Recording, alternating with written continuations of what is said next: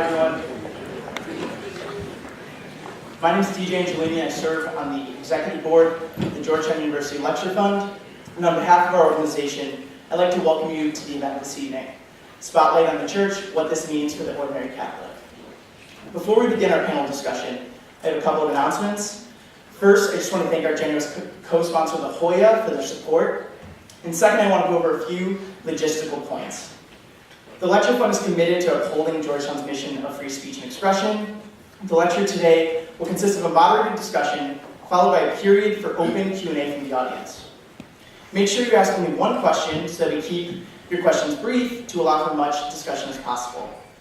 Additionally, while you may not agree with the position of the speakers, we ask that you respectfully honor their right to share their viewpoint with us tonight. So, with that out of the way, please help me in welcoming our introductory speaker, Father Matthew Carnes.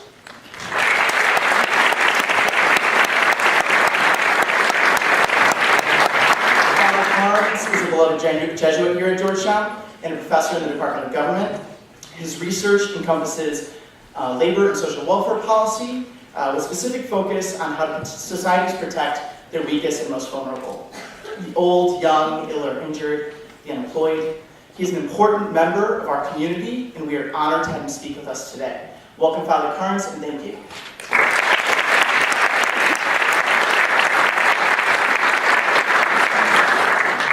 Thank you, DJ, and thank you to the Lecture Fund for inviting me to introduce this event tonight.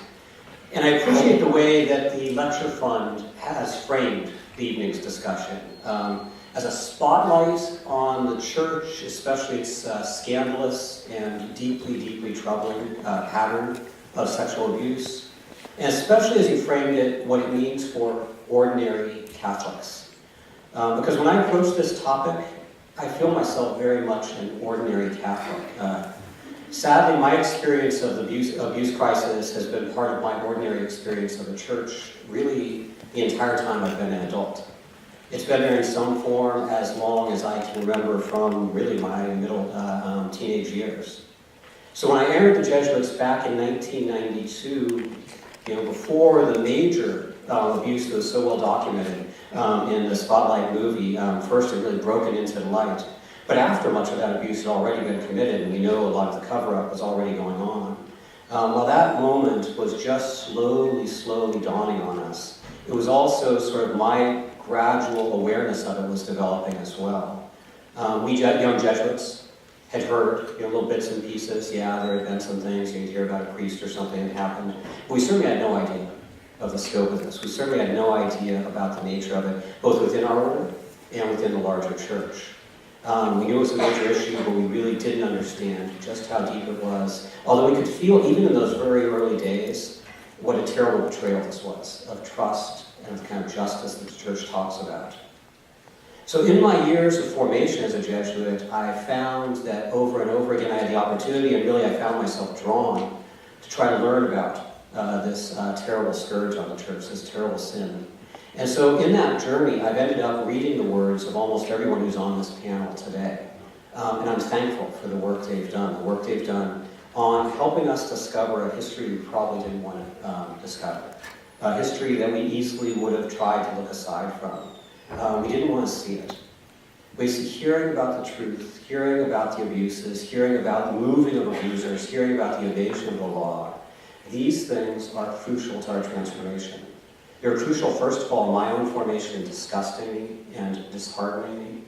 They were also fundamental in challenging me to think about how do we try to have a path forward. So over the years, I've kept reading. I've kept reading all of you. I've kept reading so many others. I've tried to learn about what happened. I've tried to learn about the causes of what happened and continues to happen. We Jesuits have made training around this really central to what we do. I don't know if everyone knows this, especially here in the Jesuit community, but we dedicate at least one night every single year to re-talking about these issues, and then trying to think about how do we address issues that could lead someone to become an abuser even now. How do we address those issues today? But we have so much more to do. There's so much more to do. We're just starting to scratch the surface of this.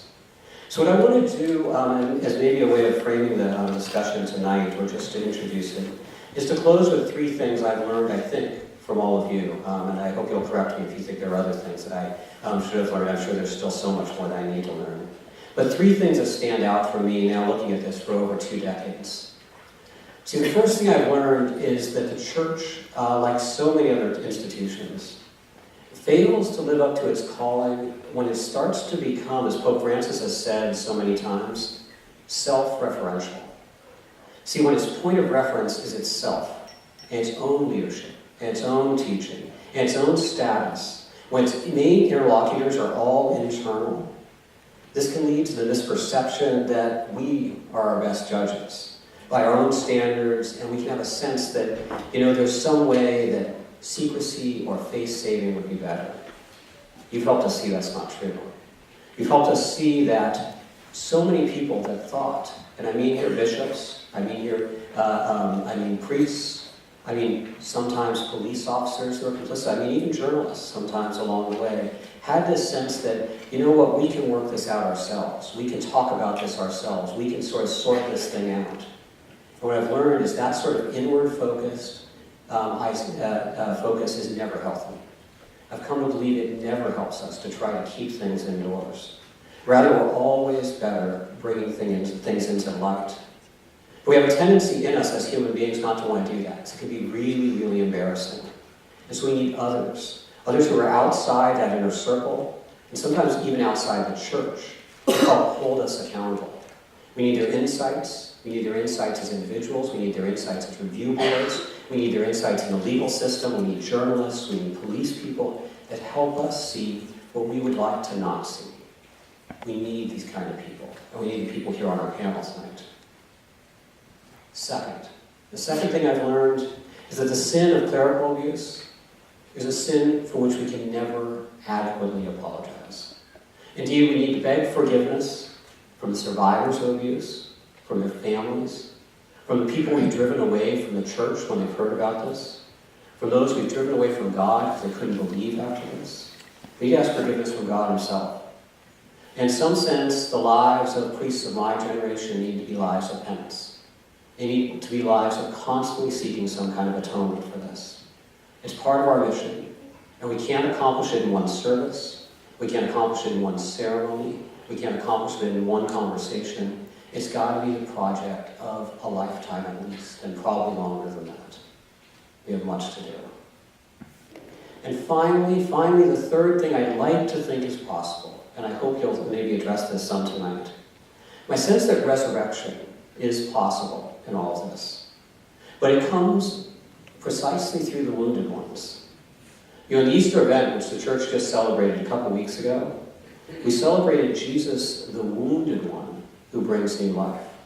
He still bears the marks of his suffering in his hands and in his side, and he's the one that chooses to reach out and reconcile on his terms. In fact, the disciples can't do this on their own. It's not surprising that actually they're hidden in an upper room, right? It's in this secret space, kind of trying to work things out themselves. But it's Jesus who comes in his woundedness, and in his own time, in his own way, in his own words, he's the one that builds forgiveness. He's the one that builds resurrection. So my prayer is that the wounded ones will be the ones that lead the church to resurrection. The wounded ones who, on their own terms, by challenging us, by pushing us, by helping us see again the wounds that need to be healed and will always be there, that they'll be the ones that challenge us, priests, us, bishops, us, the church, ordinary Catholics, to find resurrection. But for this to happen, we priests, we bishops, those who serve in official capacities in the church, we're so often comfortable speaking and leading, but for this to happen, we need to shut up. We need to actually listen. We need to hear the stories, and we need to be challenged over and over again. So that's what I'm going to do now. I've said enough. Now it's time for me to remain silent and keep learning from all of you. So thank you for what you've already taught us, and I look forward to what you'll teach us tonight. Thank you.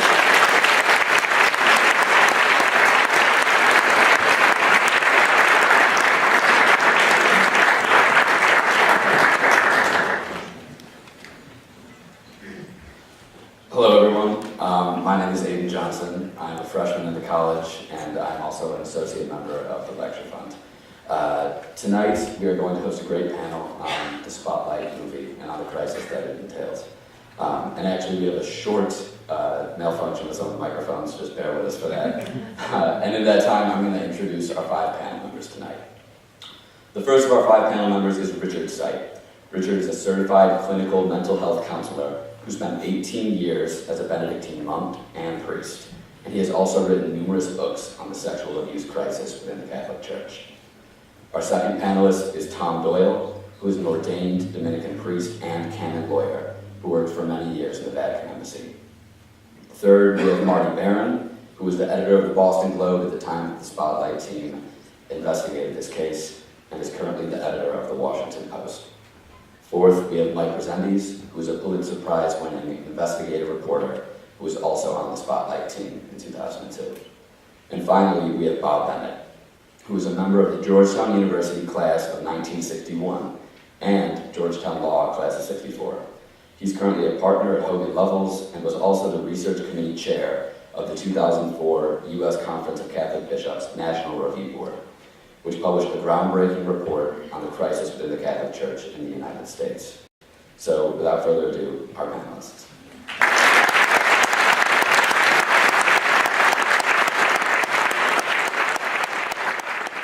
All right, I think all of these work. Can you guys hear us? Sorry about that. So, thank you all for being here, first of all. This is really an honor for you to be speaking at Georgetown, which is a Catholic and Jesuit university, and we feel really strongly that this conversation ought to happen here. So thank you all very much for that. And to explain to the audience today, the conversation is going to take place in 3 parts in the moderated Q&A. We're going to try and focus first on what happened before 2002 and the Spotlight investigation, and then we're going to focus on what happened during the Spotlight investigation, and then we're going to have a little bit of a conversation as to what we can make and what's happened since and how we can try and move forward. So with that in mind, the first question I kind of want to direct at Tom and Richard. We know that Marty and Mike both got into this during the Spotlight investigation. Bob was brought in after the fact with the investigative committee. But both of you have been a part of this crisis and working on it and investigating it before it really became a huge public issue. So I'm wondering, how did you two get so involved in this so early, especially when it wasn't that public about a crisis? He's the real expert. I'll fire the first shot. I became involved in 1984.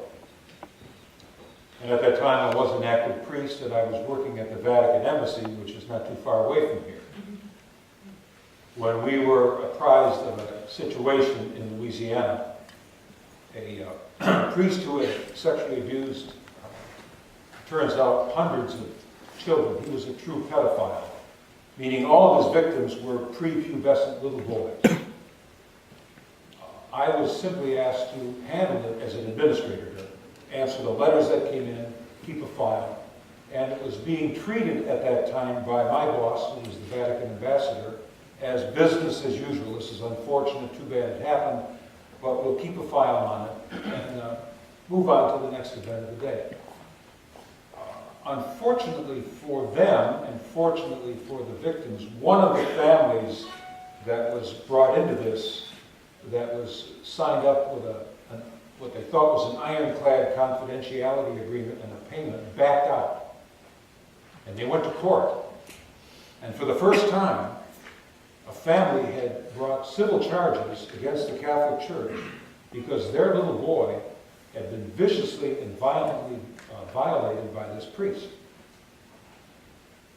It was within what's called statute of limitations, so criminal charges were filed and the media got a hold of it.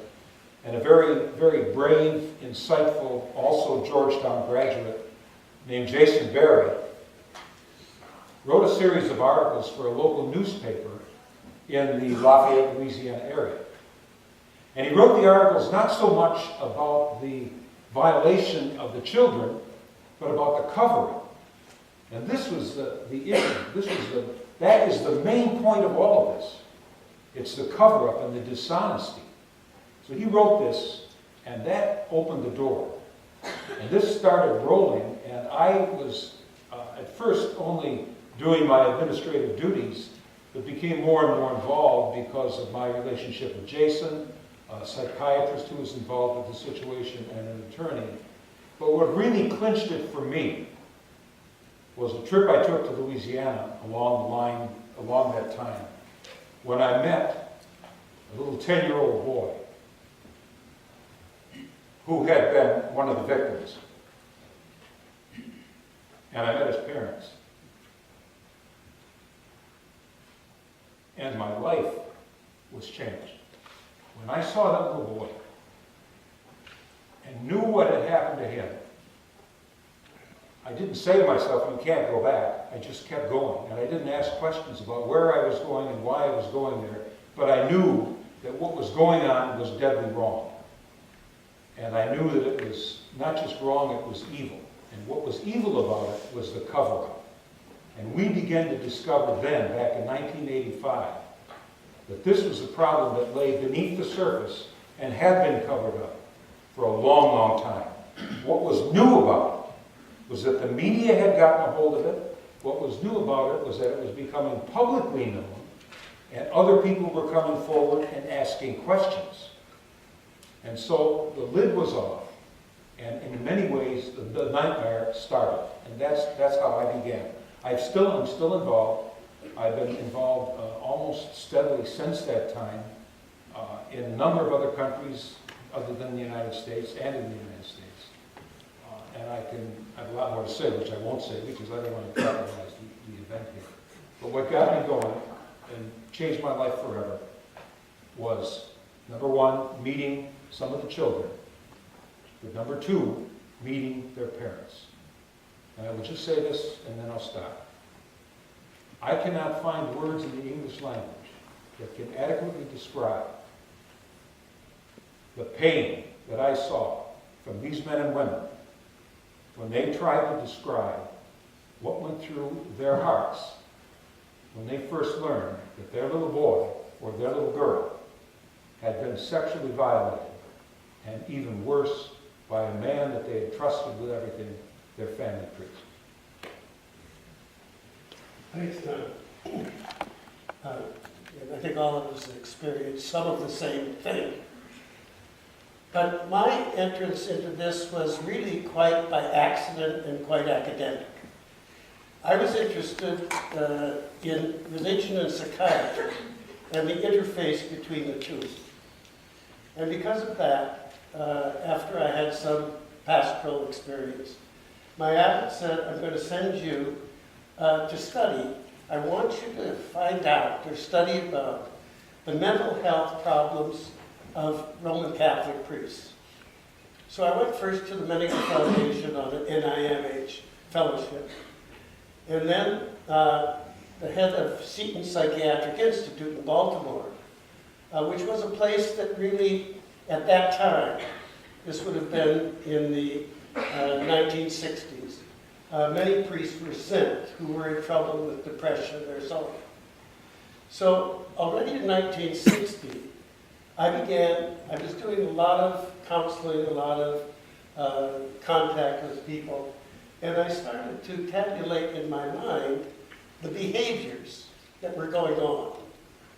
And so when I was at Seton, and it was a psychoanalytic hospital, and I was more and more getting interested in the dynamics of this, Margaret Mead came as a visiting professor, and she said, "What are you doing?" I said, "Well, I don't know what I'm doing, but I'm trying to learn about the pressures of Roman Catholic priests. And I'm keeping this fund of data."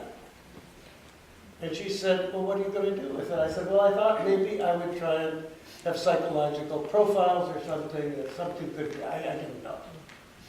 So she said, "Why don't you do an ethnographic study? Do it on behavior. Forget the diagnostic. Leave that to the physicians and the psychiatrists. You do the behavior." And so, with that impetus, and by the way, I want to give her credit and the Jesuit contacts I've had. I sent a letter to Aiden, and he knows my whole life story now. And Jesuits play a very important part in what I've done and the conclusions I've come to. So I collected this data, and by 1985, and by the way, I taught at Woodstock. I taught the theologians there in Maryland until they moved to New York. I taught at Loyola University in Baltimore. And little by little, I thought I had, and I was teaching at the Pontifical Seminary in Baltimore. I thought I had enough data that I could teach some classes on how to be celibate. Because if one is dealing with the clerical population, necessary to their lives is the vow of celibacy. So my interface became to the celibate sexual development of Roman Catholic priests. And by 1985, I thought I had enough data for 25 years that I would put that together. And I sent it to Archbishop Pulitzer, who was head of the bishops at that time at the NCCB. And he said, well, I think you need a lot more data. Talk to some seminary professors and you'll learn a lot more. I had been teaching already for so many years, I thought I knew something at least. So I put it together and I published a book in 1990 called The Secret World, Sexuality and the Search for Celibacy. In there, I put out what I thought was a definition of celibacy, which, by the way, has ended up in the Oxford Companion to Christian Thought as the definition of celibacy. And in there, I put down the data that I had and the behaviors that I had discovered over this time. And in there were two facts, two datas, groups of data. One was that 6% of priests, in my estimation, Roman Catholic priests in the United States, at one time or another, get sexually involved with a minor. I didn't put any diagnostic category, just put behavior. The other statement that I made was that at any one time in the United States, no more than 50% of Roman Catholic priests are practicing celibacy. Now, you know where the 6% went, and that got me into the legal field and as a consultant to cases of sexual abuse that are still going on. In fact, I've retired 5 times, and I failed. And on the way here in the car, Tom said to me, hey, we have this big case coming up. Do you want to be in it? I haven't answered him. But that's how I got into the consultation with him. I want to go back to the other statement that I made in 1990. Well, before that, I'm going to go ahead to 93. And the first time Tom and I and Marianne were on a conference, it was a symposium in Chicago. 300 survivors of clergy sexual abuse. And I said at that time that the problem we're looking at today, that is the sexual abuse of minors by priests, is the tip of the iceberg. And if we go down to the foundation, it will lead us to the highest corridors of the Vatican. And I believe that that was a true prediction. Well, the second part, that I said, that at any one time in the United States, priests. I went to the Vatican in 1993. The Vatican put on a symposium, an international symposium on celibacy. And during that time, I met with Cardinal Jose Sanchez, who was the head of the dicastery, or the Congregation for the Clergy. And there was a priest from South Africa who'd done, a sociologist, who'd done a 3-year statistical study. And he came out at about the same time I did, with his statistical conclusions that of the South African priests, no more than 45 or 50% were practicing celibacy. Now, you've got to read my books to understand that. I mean, you know that sex isn't something that just happens. I mean, your energies go up and down, your temptations go up and down, the situations go up and down. So, anyway, the BBC was there with us, and they asked the Cardinal, what do you say about these studies that say at any one time no more than 45 or 50% of priests are practicing celibacy? And he said, and I quote, "I have no reason to doubt the accuracy of those figures." Now, if we get a chance to talk about the future, I may have something to say about that.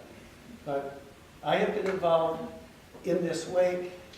One of the things that made me so excited about facing you students, because I'm an old teacher, is that how if you let life happen to you, you're going to find something you never planned or expected. And it's going to be very exciting, very challenging, and hopefully very useful to other people. Thank you very much for that. And then, before we move on to the segment about the 2002 investigation, one last thing that I kind of wanted to ask to any of you who wanted to chime in. When the church found out about these instances, whether it be before or during or after 2002, generally, and I know no two cases were the same, but what was the protocol? How did they react to it? What were their steps going forward to address that crisis that was at hand? Bob, you can make certainly. Okay. I've been involved in this on that score probably more than anyone else. And I don't say that to brag, but it's a fact. I go back now 32 years and involved in just about every aspect. In the courtroom, pastorally with the victims and their families. I've worked with the perpetrators, testified at commissions, and so on and so forth. When this blew up in 1984, there were a lot of people who thought this is a new phenomenon. It was not a new phenomenon. What happened in 1984 was the discovery of something that had been in existence for as long as the church itself had been in existence, where grown men, celibate clerical men, had sexually violated, in one way or another, vulnerable people. We were focusing on, at that time, primarily little boys, and then a little bit later, little girls, but there were also vulnerable adults. The protocol at that time was to, A, deny its existence vehemently. If the victims or their families came forward to any church authorities and wanted help or wanted to disclose it, the protocol was to, A, discourage them. If that didn't work, go all the way down to threatening them. But keep them quiet. Do not allow this to get out into the public, into the known world. Above all, don't go near attorneys or lawyers.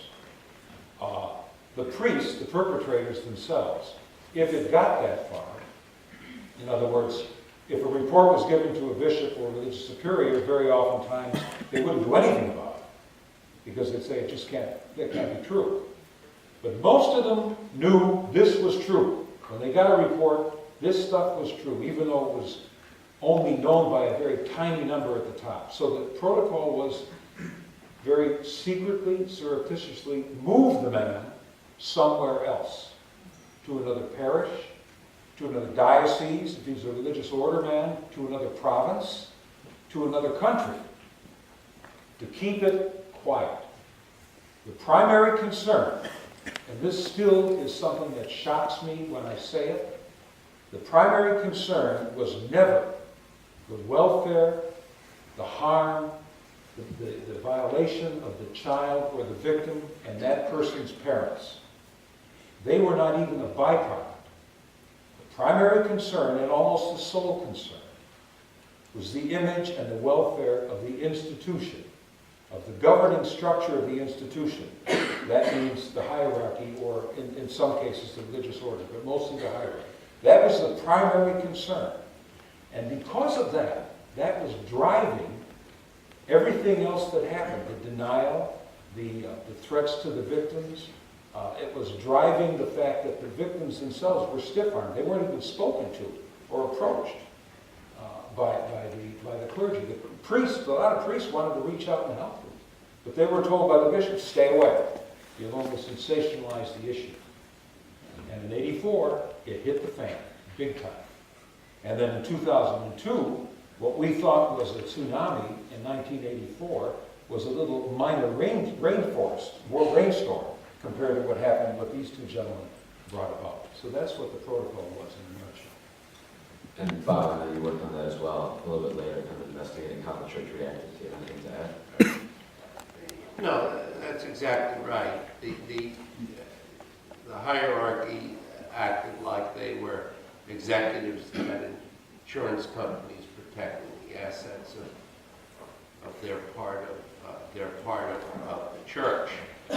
Also, what happened routinely, I think, I mean, I have to really defer to these guys who were right in the middle of it, was if the priest denied it, that was accepted. I mean, the word of the family or the little boy just was disregarded, and case closed. The priest denied it. So,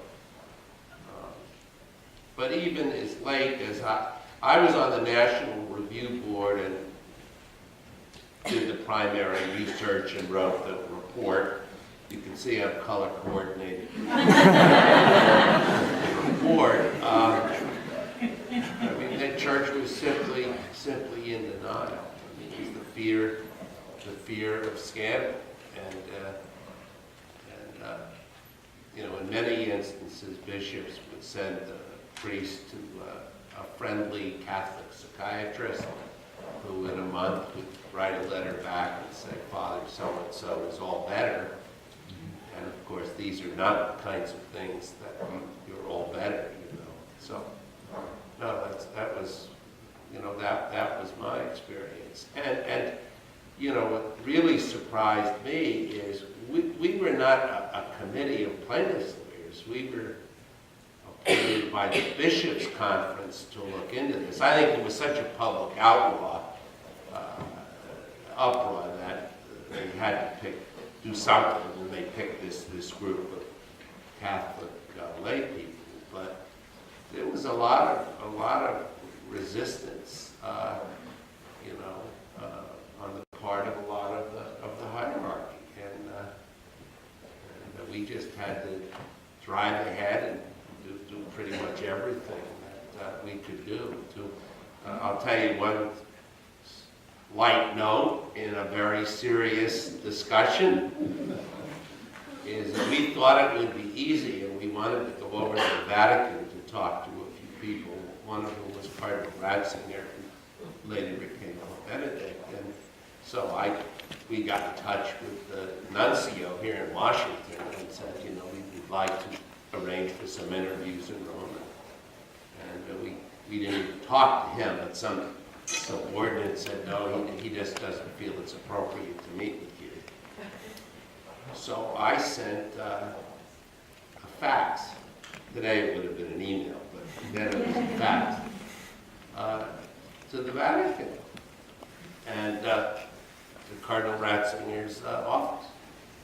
And he sent a fax back, said, happy to talk to you. So we went over and spent hours with them.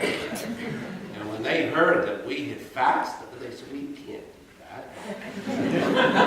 That's not, I said, well, I went to the nuncio, he wouldn't help, so, you know, I'm a trial lawyer, I'm used to getting a hold of witnesses. Anyway, a light moment and a seriousness. I was interviewed for this report by Mr. Bennett, and even though I sometimes can't remember what I had for breakfast, I do remember vividly that interview. And at one point you asked me something about why are the bishops doing this, and I said they're acting more like CEOs, and you said, no, they're acting more like risk managers.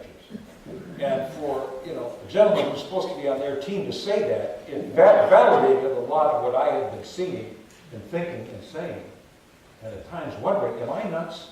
Am I crazy? Or is this whole thing really happening? And so your assessment was right on target. So with that context being said, maybe we move on now to 2002, and to the Spotlight team, Mike and Marty. Seeing all that, when the Spotlight team started looking into this crisis in Boston, they really could have started looking into anything. Any topic really could have been chosen. It was a really turning point.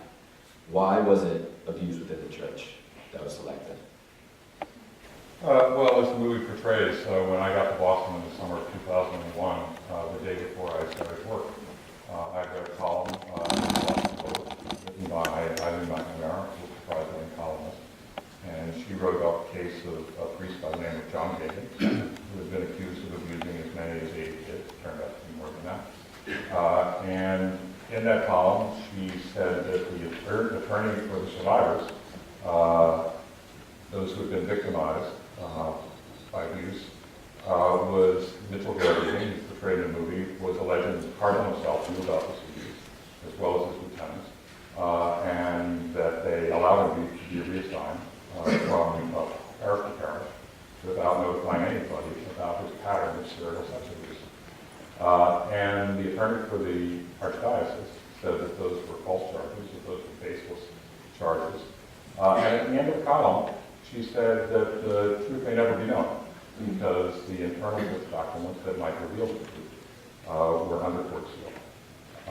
And so when I started the next day and went to my first morning meeting, which then was at 10:30 in the morning, this is very much portrayed in the movie. They went around the table, people talked about what they were working on, and nobody was working on that story.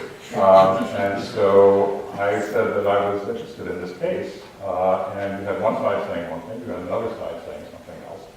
What could we do to actually get it? Who was telling the truth here? That we have serious allegations here. And it was pointed out to me that the documents were under seal, which I said I knew because I had read the column.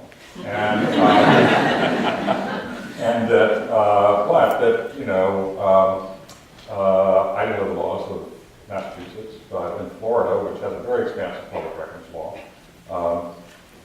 although these are not public records, but our inclination would have been to automatically go to court to try to get these documents, to unseal these documents on the grounds that there was a public interest in them. After all, the church was responsible for the care of so many children. They had a responsibility to ensure their safety. And so I said that we considered the possibility of filing a motion to unseal the documents. And the response was, well, silence. I think that people were kind of stunned that on my first day, at my first meeting, I was talking about this idea of filing a motion to challenge the church, which was then, I think, safe to say, the most powerful institution in Boston. And so, not knowing what to do with all that silence, I said, why don't we meet after the meeting and talk about what to do? And we did. We then made contact with our outside counsel, whom I did not know. I had no idea what his name was, but a fantastic lawyer, John Haldane. And he said he would pursue it, and that's what we did. And then I remember telling Eileen, by the way, we're gonna take a look at this thing. We might file a motion. And she said, oh, that's great, but and she's very feisty. She said combative and all that. And she said, oh, we've never really done a good investigation of this. And I said, really, you haven't? And she said, no. No. And so we got together again, and I said, well, what about we do a real investigation? And so we were on parallel tracks. One was in the courts, one was on the reporting side. Just as portrayed in the movie, you have something going on in court, and you have the reporters in the field. And then they took it from there. We started with this one priest, and obviously there was an interest in determining whether he was the only one. You can almost always assume that there's never just one. There's almost always a pattern. So we might just talk about it from there. And then with that in mind, I think the question I would have for you, Mike, is this isn't, as we've seen, this isn't the first case in the U.S. at that time. It wasn't the first case in Boston. But, I mean, generally, the spotlight work is looked at as this turning point. And whether it's awareness or whether it's more people coming out and saying it happened to me. Why was it that Boston was so powerful? Was it the number of priests that you found? Was it the in-depth research? What do you think? Well, it's probably the number. And I always tell people that the Boston Globe Spotlight team did not discover clergy sex abuse, not by any stretch of the imagination. You know, there was a scandal that Tom mentioned in Louisiana. There was a previous scandal in Dallas, Texas, the Rudy Goss case. And there was a scandal in Massachusetts in the neighboring diocese of Fall River 10 years before the Spotlight team came along. So we didn't discover this evil, this phenomenon by any stretch. But there were two things about our reporting that I think were very different than what had come before it, certainly in terms of scale. One, again, was the cover-up. It wasn't just that John Gagan had abused more than 100 children over 30 years in 6 different parishes in the Boston Archdiocese. It was that Cardinal Law knew. Cardinal Law and his top bishops knew about John Gagan, and they allowed him to continue working as a priest and molesting more children. And I think this really shocked and frankly enraged parishioners. And the second thing, as you suggested, is the scope of the problem. We also reported just a few weeks later that 70 priests in the Boston Archdiocese alone had been credibly accused of molesting children and young people. And I think that also just shocked and enraged parishioners, even the most devout and conservative parishioners. And I think it was that double shotgun blast that really made our work different. Then the third thing that made our work different is we didn't stop there. We continued our reporting, and the court motion that Marty mentioned was a success. To our surprise, we won our battle in court. We were going up in front of a judge with 16 years of Catholic education, so we were frankly pessimistic. But we won our motion, and it became a precedent, became a legal precedent, and as a result, over the course of the next year, we got almost all the records of all the priests who had been credibly accused of molesting children. And so over the next 12 months, we expanded our team from 4 people to 8 people, and we published an additional 600 stories until finally on December 13th of 2002, Cardinal Law finally resigned and left for Rome. I would add to that, what number we got, 3 or 4, whatever it was. To add to that is that we were able, through that motion, we were actually, I think it's important to say, that we were able to get the internal church documents. So that was something that was sort of a treasure for us journalistically, but also absolutely critical in terms of establishing the credibility of what we were saying. So you could actually see how the church officials were responding as like risk control people. How they were responding like almost like an insurance company, form letters essentially to the parents of people who had, young people who had been victimized. You could see the promises they made that the problem would be taken care of, and then you could see the instructions that the priest was being reassigned to another parent. So nobody in the church could say that we were sensationalizing anything. Nobody could claim that we were anti-Catholic, or that we were exaggerating. We actually were able, since the internet by then was invented, thank God it was invented by then. We were able to actually put the documents online, and we actually published many of them in the paper, but we put them online, and people could see for themselves. People all over the world could see for themselves. And I think also importantly, because there was an internet era, this allowed people, it's been described as really the first big internet story. And so people all over the world were able to compare notes. And no longer was the church able to say this is an isolated case. People could all describe their cases that they all knew about. They could all confer with each other. They could communicate with each other. They could organize as they have. And they were able to mobilize to advocate on behalf of abuse survivors. And so I think all of that put together is what lent so much power to. What year was it those documents put out on the internet? 2002. January 2002. We put them out with the first story. And then we put out something. Yeah. And you see what happened then, I think, is the church couldn't, the hierarchy couldn't deny it. I mean, you guys did an amazing job. You had to do something. And the something they did is they created this National Review Board. of which I was a member, and it was a very high-powered board. I mean, what I brought to it was the lawyer skills and a big law firm behind me that could do the investigation, but we had people like Leon Panetta, Justice Ann Burke, a couple of presidents of universities, Bill Burley, who was the head of the Scripps Howard newspaper chain. It was a very high-powered board, and we were tasked with the job of investigating it and identifying the causes of it. This is not directly at point, but one thing that troubles me is in this era of budget cutting, how many more stories will not be told because investigative reporters are few and far between. So, you guys absolutely, the question I'm asked all the time at the cocktail parties now is, was the movie accurate? And I say it absolutely was accurate as far as I can tell. But they did an unbelievable job. So you can sort of see the pattern.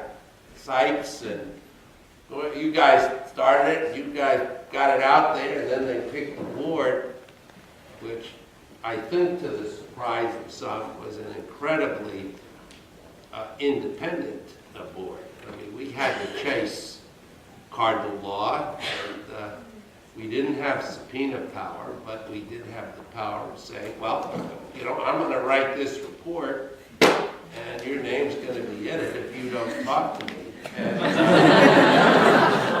And on my sixth request, he agreed. Again, another light moment. Ann Burke, Bill Burley, and I were in Rome when we were seeing Cardinal Ratzinger, and we had this tense relationship, you can imagine, with Cardinal Law, and we had this crazy Italian driver who was taking us to dinner, and sure and behold, there was Cardinal Law stepping off the curb, and we came that close to hitting him. And I could just see the headlines. The National Review Board wipes out Cardinal Law.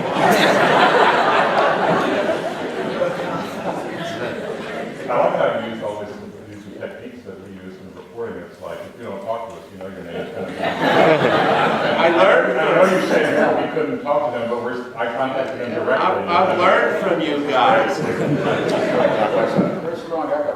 Yeah. So from there, maybe we move on to the rest of this discussion, which is focusing in on what we can do from here and how we, as Catholics, or just people in general, should interpret this, deal with it, and try to move forward.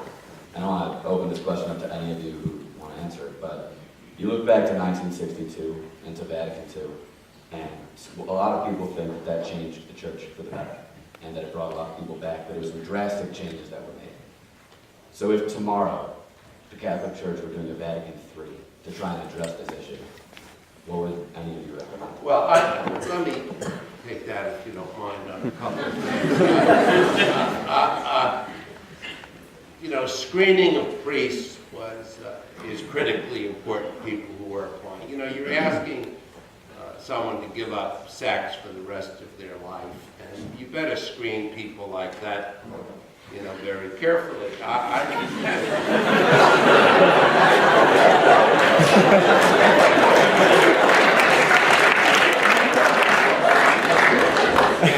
To some, celibacy is an incredible burden, and to others, it's a gift. And why I say that is I remember interviewing this one priest, and I said, how did you get into the priesthood? He said, I'll be honest with you, Mr. Bennett. He said, I was lost, and I'd pick up men at a bar, and would do various acts for money, and I drank too much, and one day this priest came in and said, why don't you give up this life and join the priesthood? And he said, I did. And he said, I said, well, didn't they ask you these questions? He said, no, nobody's ever asked me these questions. I understand today there's a pretty detailed, or supposed to be anyway, interrogation. The second thing we found was, while they required celibacy, they really didn't help young priests live a celibate life. I mean, you guys would know more about this than me, but one priest after another would say, it was something they just didn't talk about. And, as one priest said to me, cold showers only go so far. And, so there was no real effort to, people just didn't really want to talk about it. So I think that's a second thing that came across.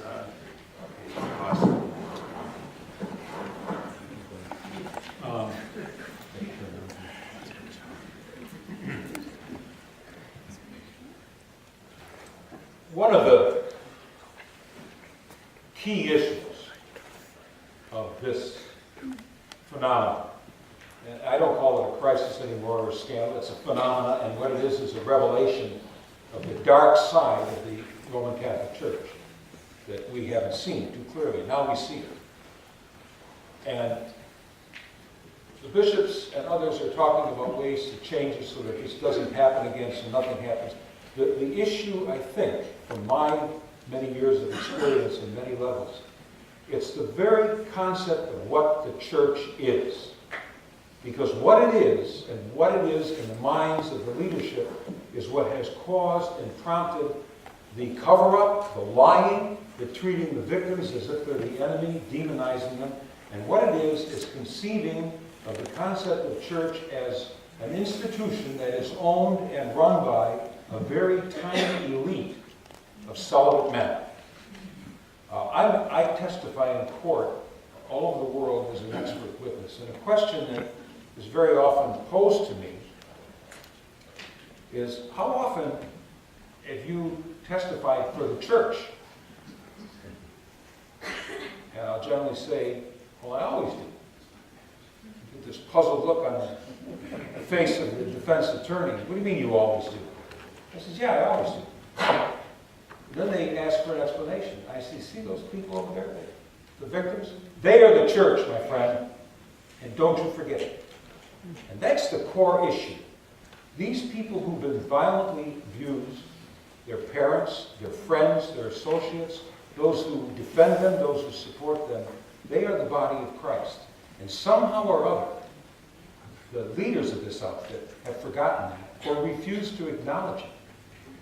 Because the ones who should be given first consideration and haven't been consistently, and Dick and I have been in this for the long haul, and we've seen it consistently, the ones who should be number one in concern are the ones who are not. They are the ones who've been harmed and almost ruined. Common concept, a common definition of what has happened to these people is called soul murder. And that's a very accurate description of what happens when you're violated by a priest.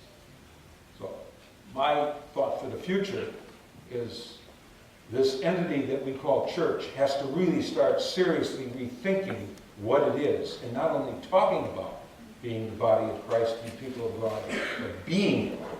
And being has to start at the top of the monarchical chain.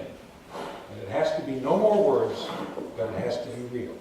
A big part for the future is who you let in, The thing that, people always ask you the question, well, what shocked you or what surprised you? And I'll tell you what surprised the hell out of me. Because I'm filled with Catholic guilt. I mean,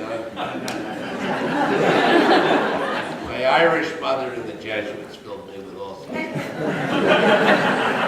I would have thought, and did think when I started this 2-year project, that a priest who molested a child would be racked with guilt because of the inconsistency of being a priest.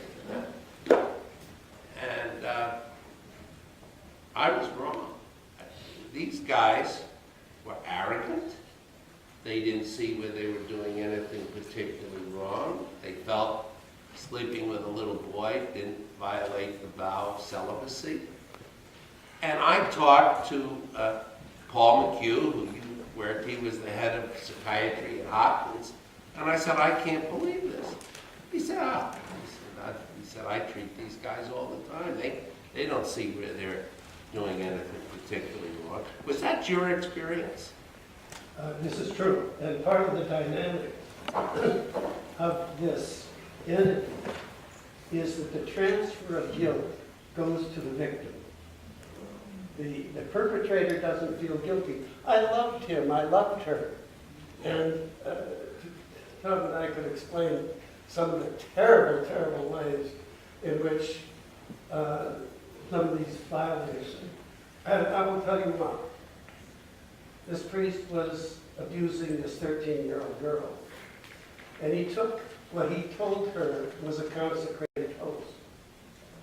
And he held it to her genitals before he had sex with her. And he said, I want to show you how much Christ loves you. I mean, really, you get into this and it changes everything.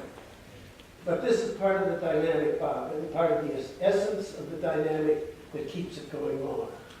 You know, that the guilt is transferred. I'd like to throw one thing in. Am I turned on? I guess I am. You're on. There was a moment in the movie that I found probably the key moment in the movie. And that's when the team was talking to the editor, Marty, and you told him to focus on the systemic issue, which is that's the core, that's the issue, not on cardinal law or the personalities. What got you to that point? We had this meeting, I mean, it was the movie had this dramatic, the reporters weren't there, but there was a meeting of the editors to talk about the story. And I was very concerned that we would just have a story that said there were a lot of priests. And I thought that it would be interpreted as a sensational story, to say, wow, look at how many priests we have. And I was also aware that there were other cases that had surfaced in the past. And so I didn't want it to be like, wow, did we just have lots here? So I was very concerned about that. And to me, the core issue was not even the numbers. There's a lot of numbers games about what percent of priests, abuse and all that. And to me, that wasn't the issue. The issue is when the church finds out about the abuse, what does it do? What it does is it tries to cover up, it keeps it secret, and reassigns those priests where they can abuse again and again, and that is the policy and practice of the church, then that's what we need to focus on, and that's the real story. And subsequent to that meeting, I actually sent a memo to Walter Robinson Robbie, and they used that memo as the basis to construct the dialogue for that scene, because I talked about getting into the policy and practice of the church. So, that's what I focused on. As to what the church can do, I'm in a little odd position here, because as you may know, I'm not Catholic. So it's not, in a way, not my place. But that said, I'll say something. And, it's very simple. And I was struck recently when there's a Monsignor on this commission for families at the Vatican. I think his name is last name Amatrell. And oddly enough, he said recently, within recent months, that if a bishop finds out that a priest has abused someone, the bishop is under no obligation to report that abuse to law enforcement authorities. And that was this year.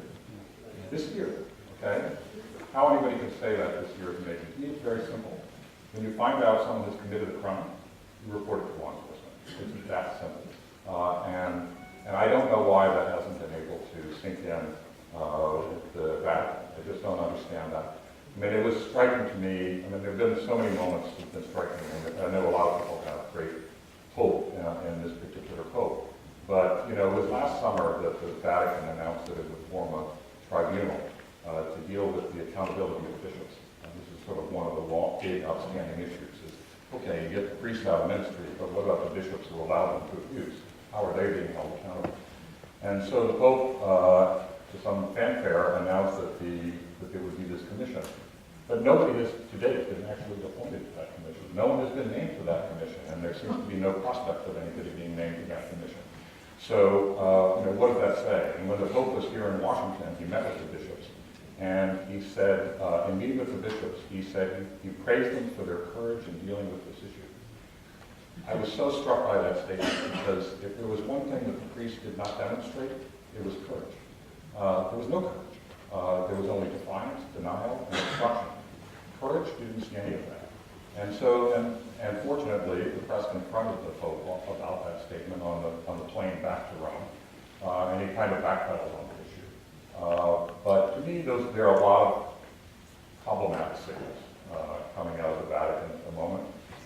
And to me, it's very simple. It's like somebody commits abuse, you report them to law enforcement. A bishop is aware of a priest abusing, they need to report it to law enforcement. A bishop who doesn't do that should be held accountable for not doing that, as would an employer in, let's say, private industry or in government. And I think it's very simple. Do you think, because I don't know the answer to this, I know part of the answer. When Cardinal Law or others transferred priests, they should have known that there would be repeat conduct. But do you think they did know? Yeah, I mean, how could they not know? It had happened over and over and over again. We have examples of literally dozens of priests abusing, getting put on the shelf, getting sent for so-called treatment, coming back, going to another parish and abusing again. This happened countless times. And at one point we got Cardinal Law's personal calendar, and we saw that he had personally met with dozens of these priests and essentially forgiven them and reassigned them. How could they not know? Of course they knew. I can answer part of that, and I think Dick could. I've seen countless situations over 30 years where the bishops had concrete, detailed knowledge of patterns of abuse that continued, and the man was repeatedly put back in some form of ministry, never supervised, never monitored, and allowed to go on. And you say, why could that possibly happen? I think it possibly happens because there's a chasm between the reality that these men, the bishops, live in, and the reality that we live in that is, you cannot breach it. It's just an unrealistic view of humanity and of the real world. And a complete lack of appreciation for these children and their parents. You know, when we got the records in the Gagey case, it was 10,000 pages of records just on one priest who'd been treated so many times. And that was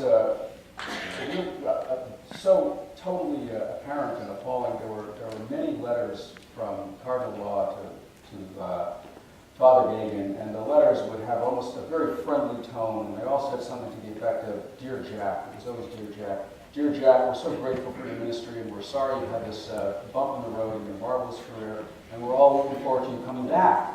And there were many of these letters. Because that had a big impact on our board. That one of those letters, and the other we part just of it, all shook our heads. and the other part of it, 10,000 pages, never do you see a letter to a victim or the parent of the victim exhibiting the same sort of compassion, the same sort of understanding. Absolutely never. That's right.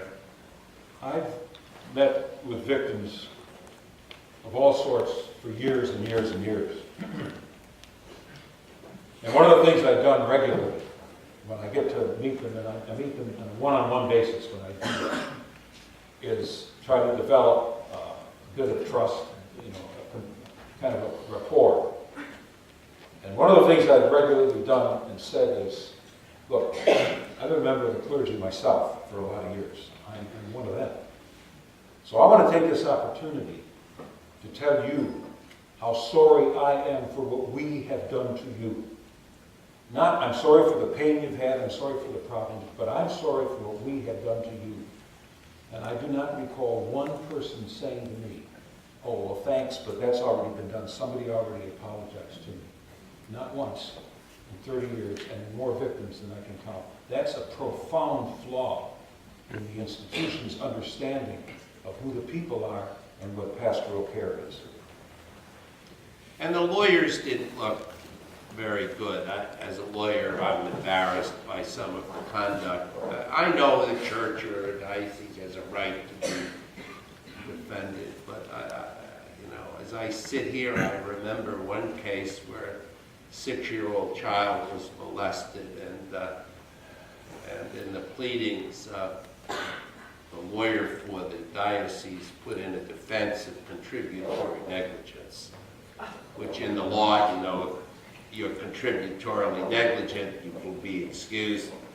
You can excuse the primary wrongdoer.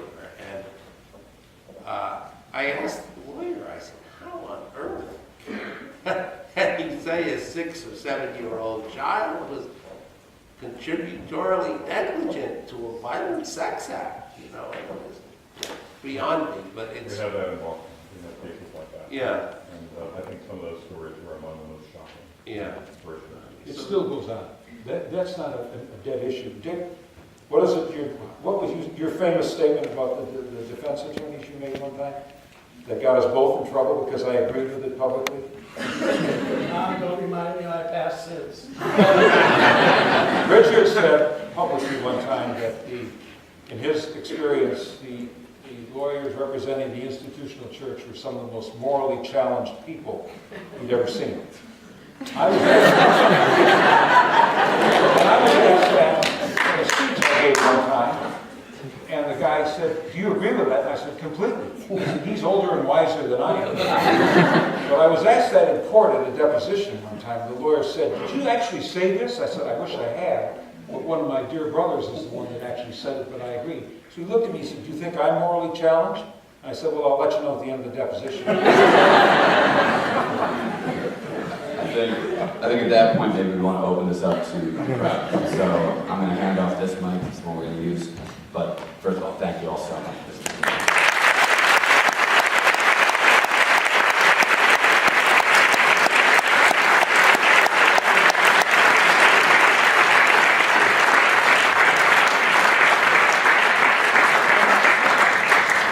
You can actually define that behind me if you want to ask a question.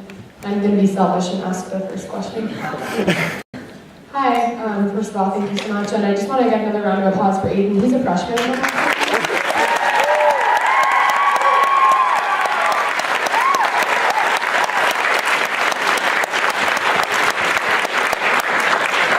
Actually, I had one text me and say Aiden is a rising star, so I'll have you happen. I just, you know, we were joking backstage that there isn't quite any opposition on this panel, which is great, and I think this is a hard thing to actually have opposition on, clearly. There's facts here. But I'm a practicing Catholic, and, you know, I've obviously struggled with this and struggled with how I can reconcile, as Aiden mentioned. So I'm wondering, obviously you've all followed the story closely after you've since, you know, first reported on it. What are the signs of hope you're seeing? I assume there are small ones. And you know, sort of what can we look forward to? Is there progress being made? Yeah, just to sort of lift the mood a bit. What signs of hope? Well, let's not forget that there are a great, great many wonderful priests who are almost hurt more than, not as much as the victims by this. I remember interviewing one of them, and he said, you know, Mr. Bennett, he said he was coming to my office for an interview, and he said, I'll never forget it. He said, I got off the plane, and I had to go to the bathroom, and in front of me was a woman with 2 little boys, and she told the little boys to go into the bathroom, and then she saw my collar, and she says, I was going in, and she said, no, wait a minute, come here. And he said it was like taking a knife and putting it through my heart. So, that's, you know, that was a very powerful thing. Yeah, I think that's actually a good sign, an optimistic sign that sessions like this, where we can talk about it, and people can confront the issues and ideally press for reform within the church itself.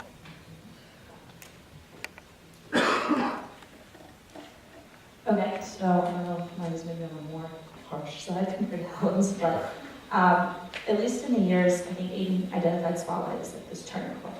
So from 2002, the last year since then, what sort of legal action do you see being taken against priests who have been identified as sex offenders, at least for the victims where the statute of limitations still applies?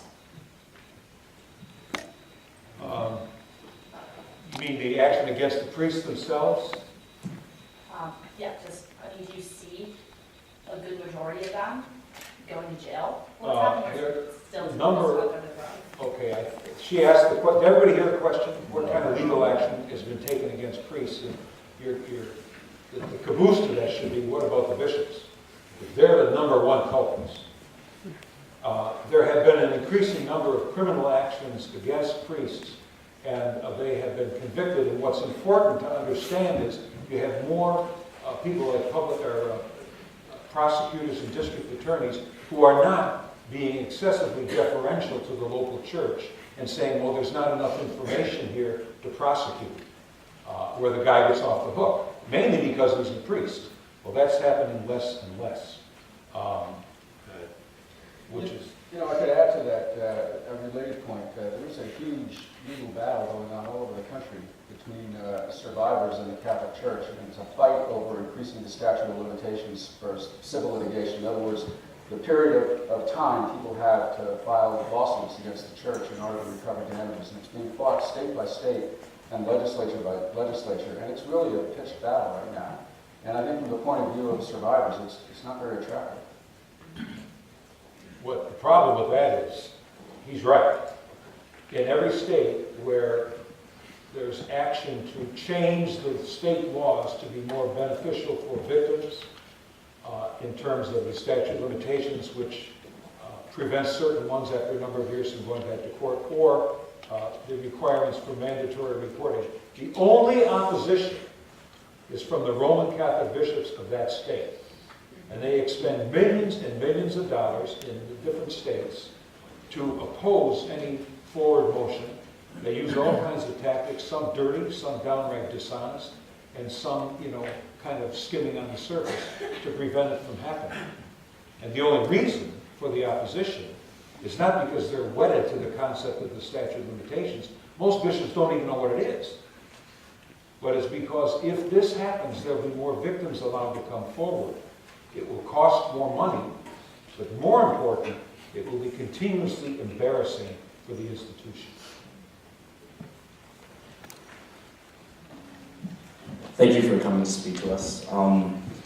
This is a problem that goes on with the church around the globe, as you guys have mentioned. It's taking place in the US, Mexico, Ireland, and France, actually most recently in the past 3 weeks.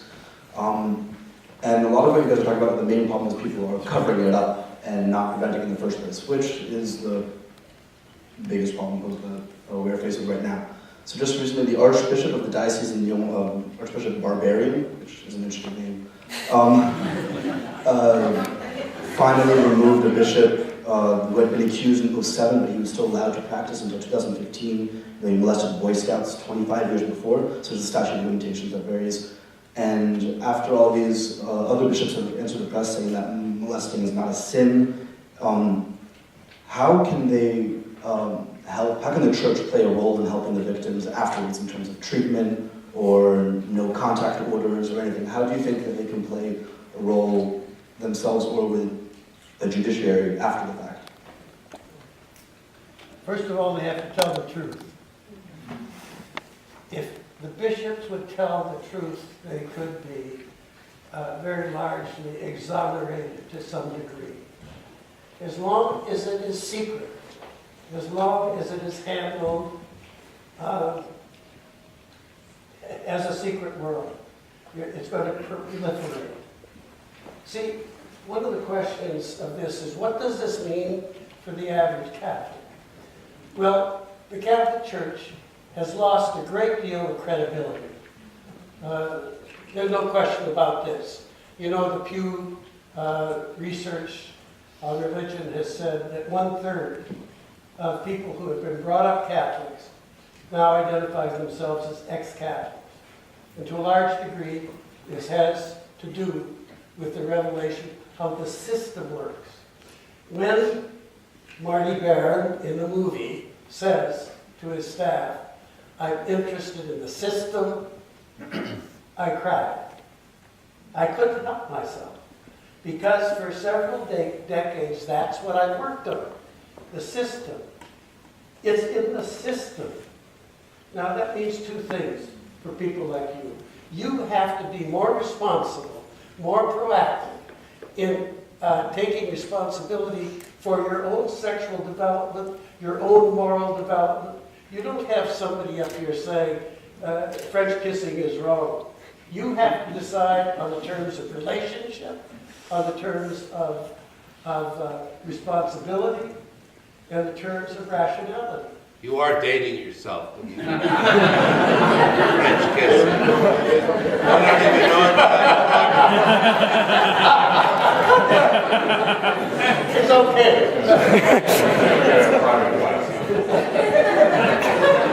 The other thing is that I think the systemic is what you and I are going to have to face in the future. Because the question is, we know, I don't think there's anybody who will argue that there's a certain proportion of men in this group that sexually get involved with minors. But what does this mean about the system that picks them, fosters them, comforts them, and covers them up? That's the next scandal that's going to come out. The sex in the system of people who advertise celibacy. You know, let's, and this is not a everyone does it defense. I think the church is particularly responsible given what it purports to be. But this is one of our country's or the world's dirty secrets. You know, there's an enormous amount of sexual abuse, particularly of young girls in families and in all sorts of institutions. And, you know, Bob, you're absolutely right. It is a huge problem. I'll tell you, I've dedicated my life to understand it within this system, among these people whom I love and I care about. I mean, I'm not throwing darts. I've written, I published 7 books on celibacy. I'm a great advocate. I taught in seminaries. I believe that celibacy is not taught as it should be, and I think it should be. But that's been my life. But you're going to see it in your own life, your own sexual development, because we all have a sexual development. We all have sexual responsibilities. We have relationships. And we want those to be responsible and useful and lasting. So, but be prepared, because this, if you want to call it scandal, this reality is not over yet. And it needs a great deal of support from inside the church, you know, of priests who declare themselves and who embrace their celibacy publicly, okay, and then can be themselves. if we had no requirement of celibacy, do you think we would have less of a problem? I do. I think that mandatory celibacy is impossible. I've been told that by Jesuits. Mandatory celibacy. The second thing is the exclusion of women from levels of authority in the church is very destructive. It's not a new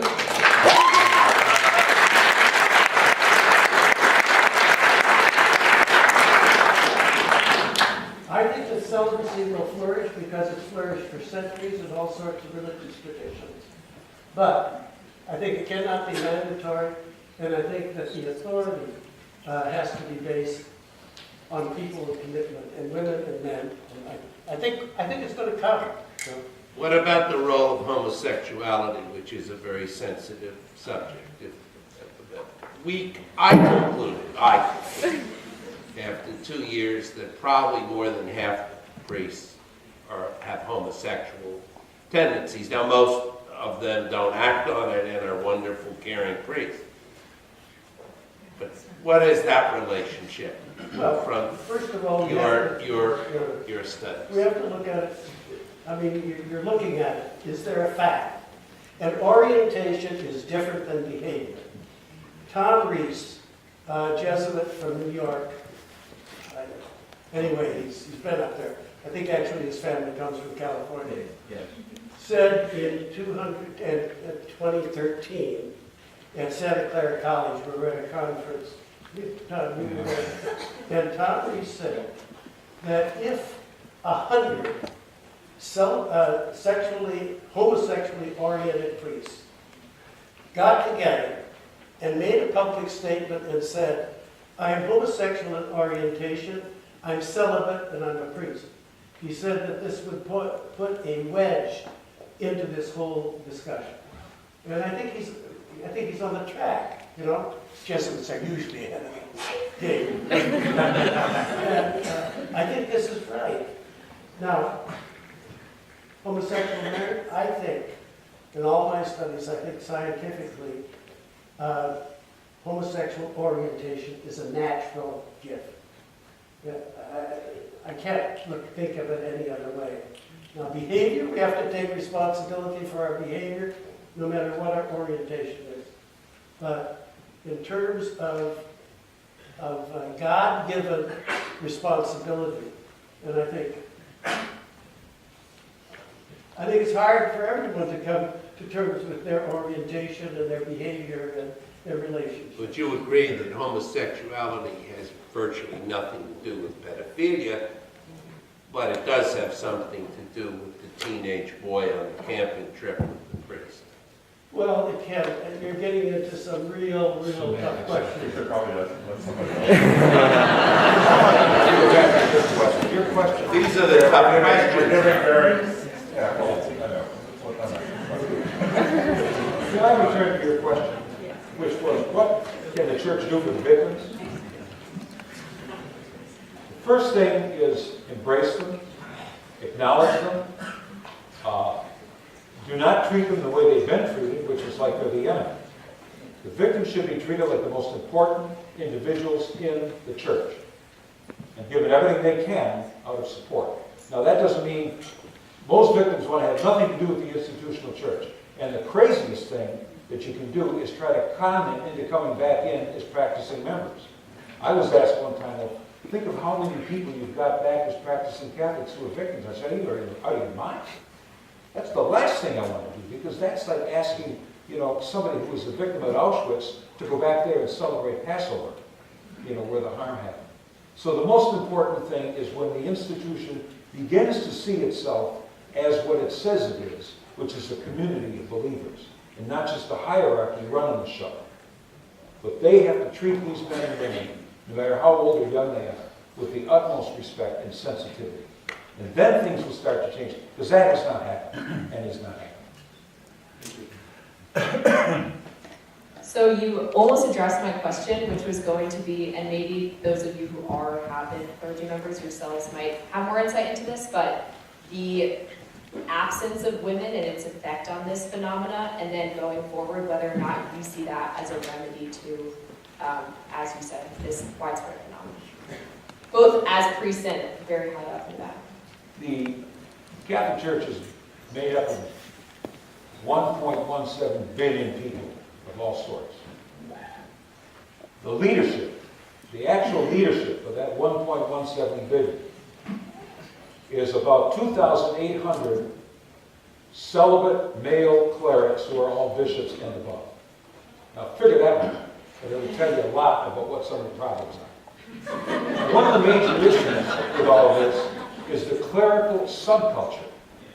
It's a very highly secretive elite that's run by men who have been taught in many of their much of the traditional training to justify celibacy, that relationships are not good, marriage is not good, women are temptresses, all this kind of nonsense. It's absolute total craziness.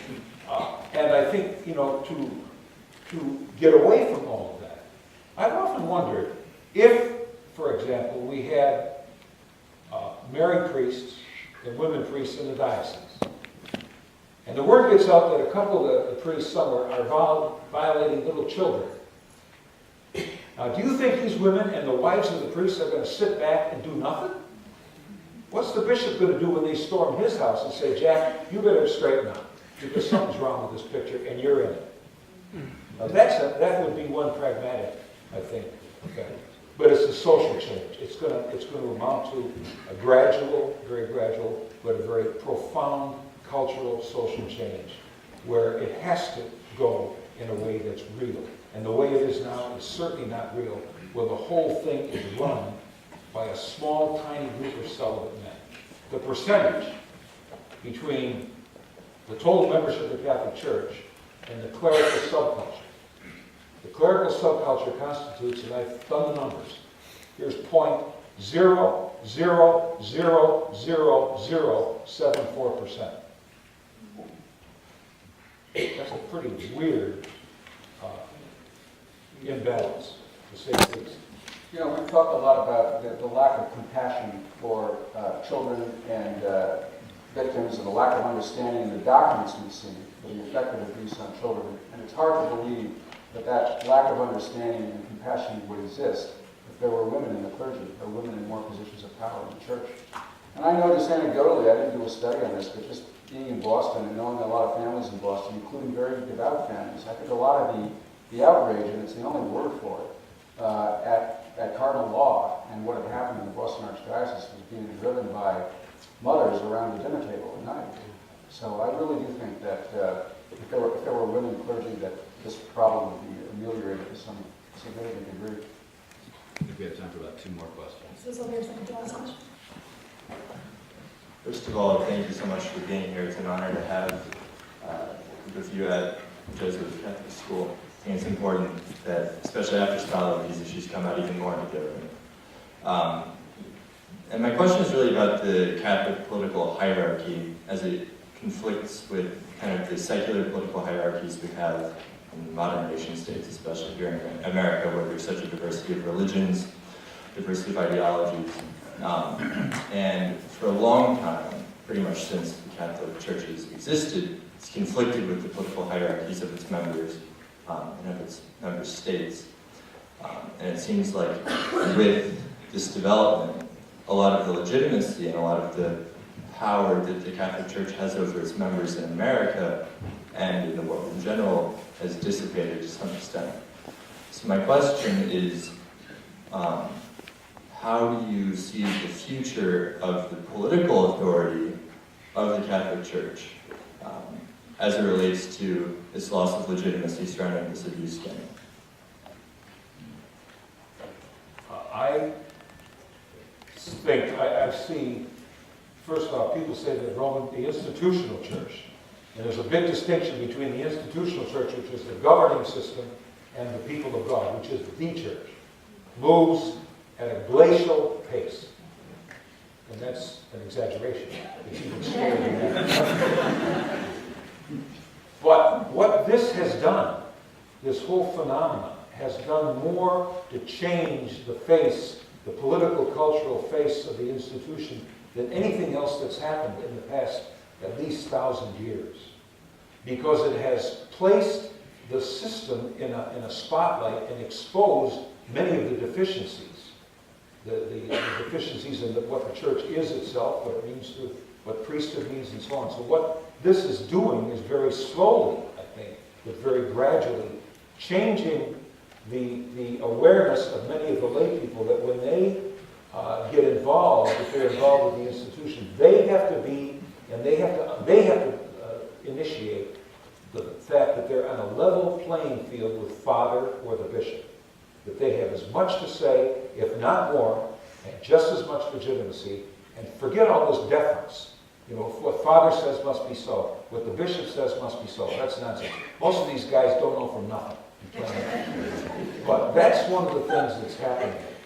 It's caused that to happen, where it's exposed the weaknesses in the ivory tower that was the hierarchy and in the clerical elite, where they become aware of the fact that this education that we had, that a lot of priests had, was almost useless because it's about classical philosophy and so on and so forth, which just doesn't work in the real world today. Well, I would say that also, we tend to think of what's happening here in the United States and maybe what's happening in other developed countries, but I think there's a serious lack of attention to this issue and an enduring lack of attention to this issue in the developing world. I don't think there's much happening there at all. I don't think the parishioners in these countries are raising these issues in the way that they are in the developed world, and I don't think the church has responded the States, even if there's more work to be done here in the United States, at least they've done something. There are conversations like this, but conversations like this are generally not taking place in the developing world, which is pretty much the bulk of the world. So, in one sentence, he's totally right. I've had a lot of contact with victims and their representatives from the developing world, Latin America, especially in Africa, where they're coming alive, finally. But the situation in those countries is completely horrific today. It's worse than it ever was in our country, and it was really bad here. But it's absolutely horrific there. Hi, thank you so much for coming out and answering student questions, but my question concerned the movie, actually. One of the criticisms that I've heard about the movie is that the lack of visual representation of sexual abuse might actually be softening the impact and decreasing the scale of the issue, and that the lack of visual depiction of sexual abuse might actually be perpetuating in some way the habits that the Catholic Church encourages of kind of circling around the topic rather than confronting it. So what would be your response to that? Well, I think the opposite may be true. I think kind of the genius of the movie really is to put the reporters between the viewers and the victims. I think if it was a movie that depicted sexual abuse, I think most people wouldn't go see it. I mean, maybe that's unfortunate, but I think that's the reality. And I think that by making the story about the reporters and not about the details of sexual abuse itself, I think it allowed people to go sit through the movie and have a greater appreciation of the issue and the phenomenon than they otherwise would have. Because I think if word got out that you would go see this movie and see someone a child being sexually abused, I think people would stay away. I disagree with that hypothesis entirely. I mean, I think the movie was exceptionally powerful in what it conveyed. And sometimes when you don't show things, it can be more powerful than when you do. I think people would have been very focused on the graphic nature of it as opposed to the emotional impact and psychological impact on the abuse survivors. And that's what the movie focused on. And so I think it actually enhanced the power of the movie, not to flow on that. And on top of that, as Mike said, as a result, more people saw the movie. I don't think there would have been very many people who would have seen the movie if it had graphic representations of sexual abuse. I think as it is, a lot of people have not seen the movie for that reason. People said to me, gosh, I kept telling myself I should see the movie, but I didn't want to see it because I thought I was going to go and see sexual abuse. And then I went and I didn't see that. And I was so happy that I could stand to sit through it. And with that in mind, I want to say thank all five of you for being out here today and talking about this.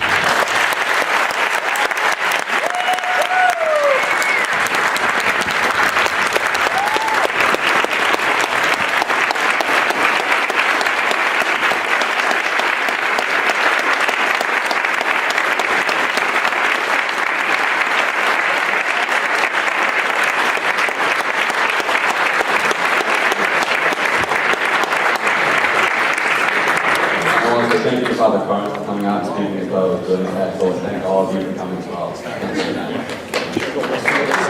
well.